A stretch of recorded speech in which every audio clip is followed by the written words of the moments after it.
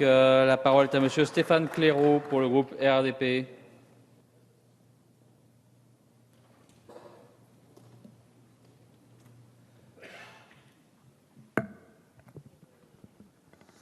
Monsieur le Président, Monsieur le Ministre, Messieurs les Présidents de Commission, Messieurs les rapporteurs, mes chers collègues, nous sommes satisfaits de constater que ce projet de loi de finances tempère, pour la troisième année consécutive, les diminutions effectuées par le quinquennat précédent sur les crédits alloués à la sécurité.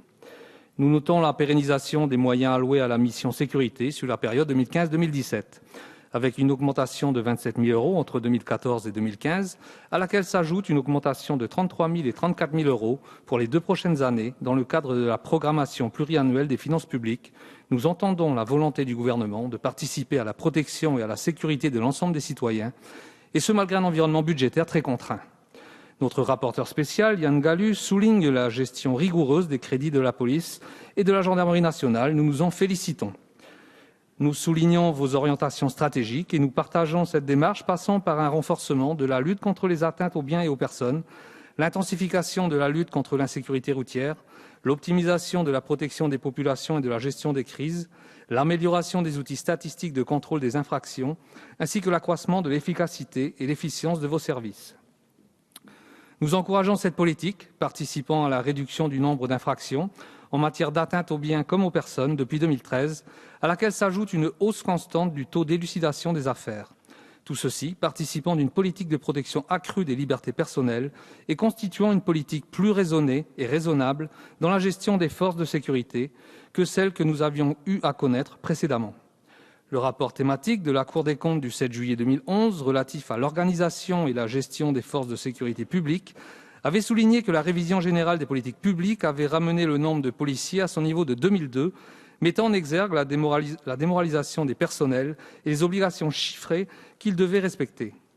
Pour le programme numéro 176 Police nationale, cela se traduit par une augmentation d'environ 6 millions d'euros pour les dépenses d'ordre public et de protection de la souveraineté et environ 13 millions d'euros pour les dépenses affectées à la sécurité et à la paix publique, notamment en raison des nouvelles obligations imposées à la police en matière de protection des libertés, avec l'adoption du projet de lutte contre le terrorisme, avec notre concours, par l'Assemblée nationale ce mercredi 29 octobre.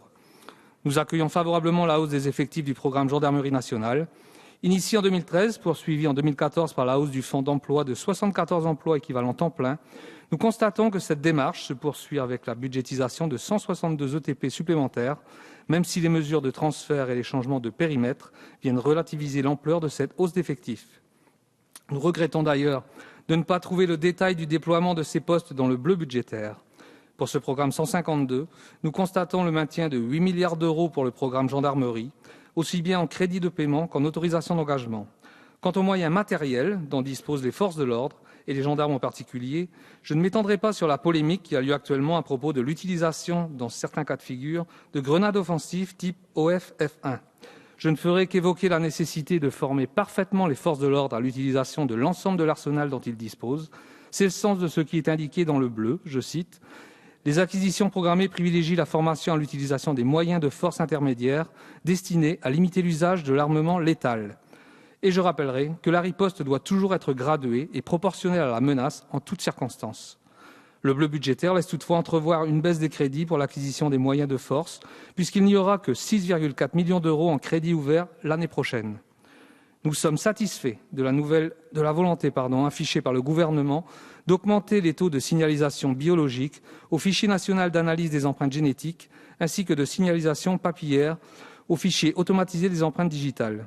Ces taux ont très légèrement augmenté et nous souhaitons que ce pourcentage augmente jusqu'à une signalisation complète. En effet, cette signalisation améliorée participe à la possibilité de révision des condamnations pénales définitives, sujet auquel le groupe 2RDP est particulièrement attaché et cher à notre collègue Alain Touré ainsi qu'à notre collègue Georges Fenech. Si nous sommes également favorables à la volonté du gouvernement d'accentuer la lutte contre l'insécurité routière, nous nous étonnons de la baisse des autorisations d'engagement et crédits de paiement prévus par le PLF, d'autant plus que le bilan de cette année en matière de dommages humains traduit une dégradation par rapport à 2013. Enfin, concernant le programme Sécurité civile, nous nous inquiétons des mesures visant à réduire les crédits, notamment les dépenses de personnel et d'investissement pour l'action soutien aux acteurs de la sécurité civile, les services départementaux d'incendie et de secours étant les premiers concernés en cas de crise.